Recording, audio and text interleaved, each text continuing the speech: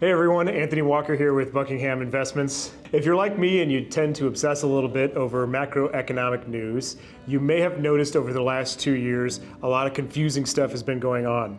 Most of the time you hear negative economic news, we actually get a boost to the stock market and lower bond yields and corresponding lower interest rates. So what's going on there? Is bad news good? Let's check it out. If we boil down the metrics a bit and think about their underlying effects on consumer sentiment in the economy, things start to make a little bit more sense. The last 2+ years of business and economic news has been completely dominated by the course of inflation.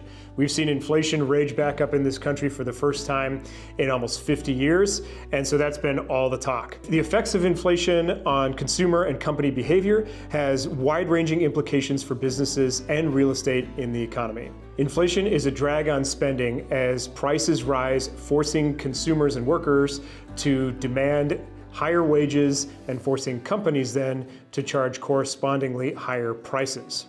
This can ignite a vicious cycle which has historically been extremely difficult to tame. Enter the Federal Reserve. In the service of a long-term stable economy, the Fed has a dual mandate of maintaining maximum employment while trying to keep prices as stable as possible. The chair and the board of governors of the Federal Reserve have the unenviable task of influencing monetary policy and balancing these sometimes competing priorities by setting the interest rate through control of the federal funds rate.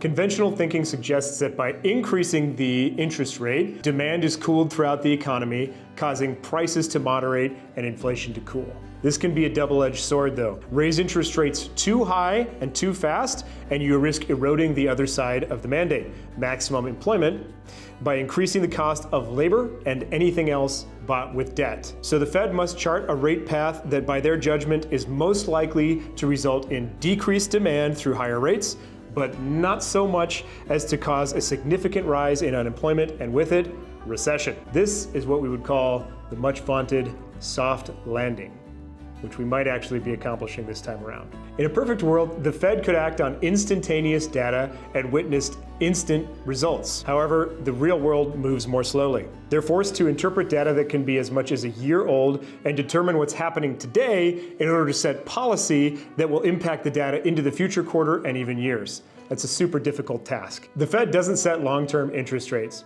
Rather, through controlling the overnight funds rate, they influence rates throughout the financial system.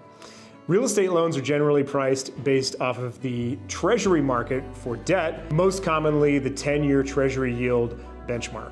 Treasury yields fluctuate by the minute as participants in the bond market buy and sell debt, so depending on the going price for a bond at any given point, the yield will be higher or lower.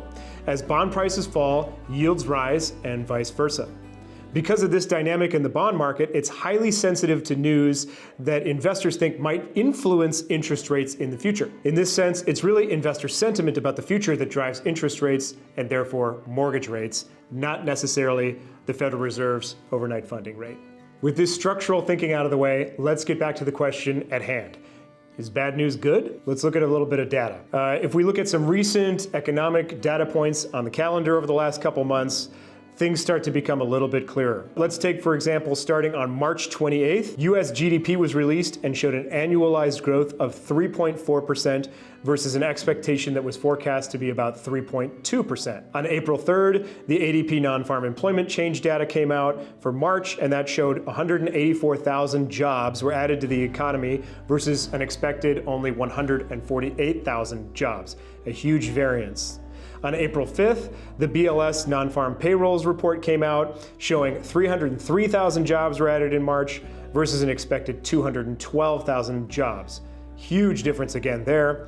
And then on April 5th, the unemployment rate was released, showing 3.8% of the workforce was out of work versus an expected 3.9%. So unemployment had not risen as much as people were expecting. Then finally, on April 10th, the Consumer Price Index was updated, showing a 3.5% year-over-year change and a 0.4% month-over-month increase in prices versus what was expected to be 3.4% annualized and 0.3% month-over-month. So inflation was hotter than expected. So a whole bunch of good news, right? We had strong GDP growth, great employment, unemployment was lower than expected, so we would expect that the markets would behave positively to this news, right?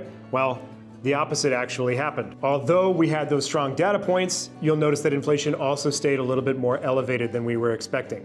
Taken together, this is a whole bunch of really strong news for the US economy. GDP grew more than expected. The job market continued to create jobs at an aggressive rate, while unemployment remained at 50-year lows. Great, right? Well, you'll notice inflation has also remained elevated during this same stretch of days. The strong economic news, coupled with the stubborn inflation reading, was enough to send the yield on the 10-year Treasury shooting up by 51 basis points from 4.20% on March 28th to 4.71% on April 25th. That's a huge increase, and of course, that caused mortgage rates to move higher as well, even though the Fed kept rates unchanged. So this is a perfect example of how sentiment towards the economic news affected interest rates and bond yields instead of necessarily Fed policy. During this period from March 28th to April 19th, the S&P fell by a full 5%. That's a huge reduction for such a short period of time. Interest rates shot up, continuing to cool sentiment towards real estate and adjusting equities sharply to the downside. It certainly looks like a case of good news was actually bad. But is the reverse true? Let's have a look at another data set. So in the immediately following period of weeks, let's say starting on April 25th, we had a whole different set of news that really changed the tone. On April 25th, preliminary US GDP for the first quarter came out, showing a 1.6% annualized growth versus an expectation of 2.5%. That's way lower than expectations. And that's actually since been revised down to 1.3%. So huge difference from the fourth quarter that we looked at earlier. On April 30th, the Conference Board Consumer Confidence Report was released, and consumer confidence came in at a 97 on the index versus a forecasted 104. So consumer confidence fell. On May 3rd, the BLS non-farm payroll report came out, showing that we added 175,000 jobs to the economy versus a 238,000 jobs expected to be added, so much worse in the job creation department. And then on May 9th, initial jobless claims came out at 231,000 instead of 212,000. So unemployment was a little bit higher too.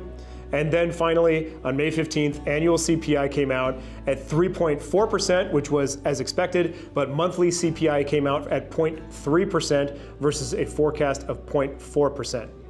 So a small change there on CPI versus expectations, but taken together with the other economic data, maybe you can guess where we're going with this and what actually happened. Quite the collection of bad news as compared to expectations, right? GDP slowed considerably, consumer confidence fell, way fewer jobs were added than expected, and unemployment rose. We did get one tiny piece of data in monthly CPI that suggested inflation cooled slightly. What happened to the equity and bond market during this time? Well, the 10-year Treasury fell by 37 basis points and the S&P rose by 6.8% to all-time highs. Bad news was clearly good, at least for markets. So we've been watching this confusing dynamic play out over the last 2 years, ever since the Fed started its interest rate tightening cycle. As a real estate investor, it's confusing to be rooting for bad news, but that's the devilish nature of inflation here, and that's why we try to understand it. It forces us to hope that increased rates have taken their desired effect and cooled demand throughout the economy, which could potentially allow the Federal Reserve to lower rates into the future and then hopefully flow through the 10-year Treasury, which would also come down. Any indication that interest rate policy might be working can send assets that are dependent on debt financing, like the stock market or real estate investments, climbing in price as investors chase that wave of future sentiment and Fed policy working. Be careful what you wish for, though. Although the bad news certainly appears to be good for markets and real estate during inflationary times, that could change quickly if the economy were to tilt into recession. It's a careful balance that we have to walk here.